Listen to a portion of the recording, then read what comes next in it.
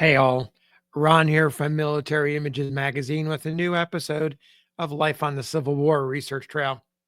Today, we're headed to the Battle of Gettysburg on July 2nd, 1863, where the 350 strong 20th Indiana Infantry occupied a position along Houck's Ridge just north of Devil's Den. Among the men in the ranks of Company A was the corporal pictured here, William Charles Henry Reeder of Peru, Indiana. He and his comrades had arrived on the battlefield the night before. Now, during the afternoon of the second day, they bore the brunt of a Confederate attack in and about Rose Woods. They suffered heavy casualties, including their colonel, John Wheeler, who suffered a gunshot wound in his right temple. Reeder survived the fight. He and the survivors slept on their arms that night, and during the next day, the third and final day of the battle, the Indianans were held in reserve as Pickett's charge unfolded. After the failed Confederate effort, Reeder and others received orders to occupy the center of the Union line and hold the position, and later on participate in cleanup operations. 2 days later, on July 6th, while events were still fresh in his mind, Reeder wrote a letter to his parents back home. Almost 150 years later, in 2008, his descendants, Carolyn and Jack Reeder, published that letter that he wrote in a book titled From a True Soldier and Son, The Civil War Letters of William C.H. Reeder. I want to read Corporal Reeder's Gettysburg letter to you. Here's how it goes. Camp near Gettysburg, Pennsylvania, July 6th, 1863. Dear parents, I am thankful to say that I am one among the number that are living and well, although things have looked a little dark since our coming here in this state. The battle that was fought here was one of the hardest and bloodiest of the war, I believe, and so it was said. Our regiment met with great loss again.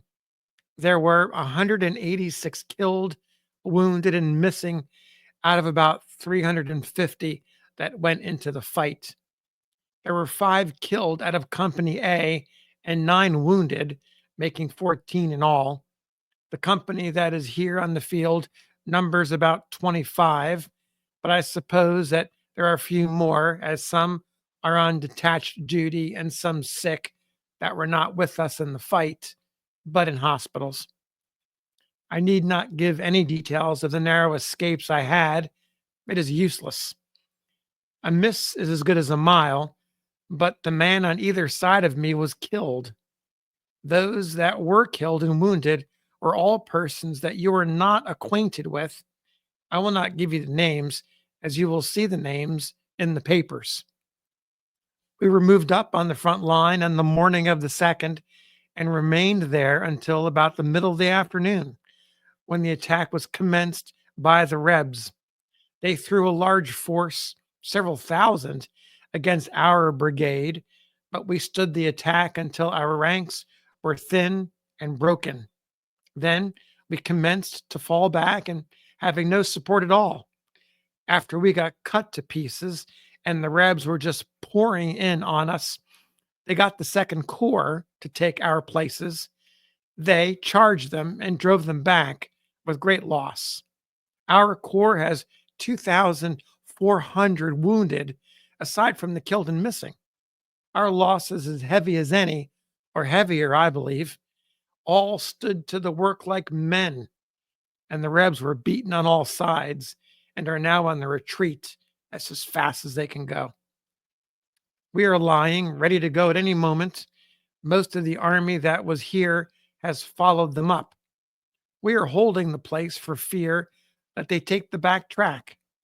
Where our next fight will be is more than I can say, but I hope we use them up, the army that has invaded the soil. If we do, and I think we will, it will terminate the war. I tell you, it looks hard to see all the families driven from their homes and now coming back in squads to find everything gone and nearly everything that was left destroyed by the ravages of war. There are two very small fields on our front that have over 1,000 dead Rebs on them, besides a number of our dead that have not been removed. This is where the artillery was massed on them when Pickett's men made the charge. He's talking about the center of the line.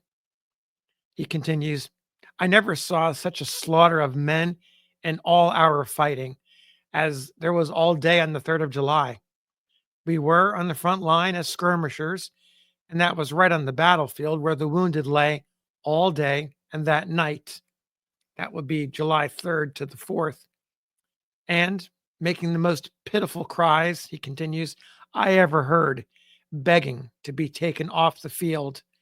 But we had to do our duty, and they had to lie in the rain and the mud until it was safe to go after them. The dead are not all buried yet, but the wounded of our side are all taken care of. There are a great many of the Rebs that were left by their men who have not been taken care of yet, but soon will be. I will close for the present by saying I am well and then good spirits, but where I will be when next I write is more than I can say, as there is more fighting to do yet if we can catch them. Give my best to all inquiring friends and tell them to excuse me for not writing, as we have hardly time to get anything to eat. Believe me, as ever, your son, William C.H. Reader. So there you have the story of an Indianan, William Reader, Corporal, Company A, 20th Indiana, located along Houck's Ridge, right in the vicinity of Rose Woods, bearing the brunt of a major attack, losing approximately half of their men, including their colonel, on that fateful day of July 2nd, 1863. And on the following day after Pickett's charge, being present to hear the, as he wrote, pitiful cries of the wounded. And they were unable to move them because it wasn't deemed safe to go in and get them. So we'll have more letters coming up from Corporal Reader. I appreciate you listening. We'll see you on the next episode of Life on the Civil War Research Trail.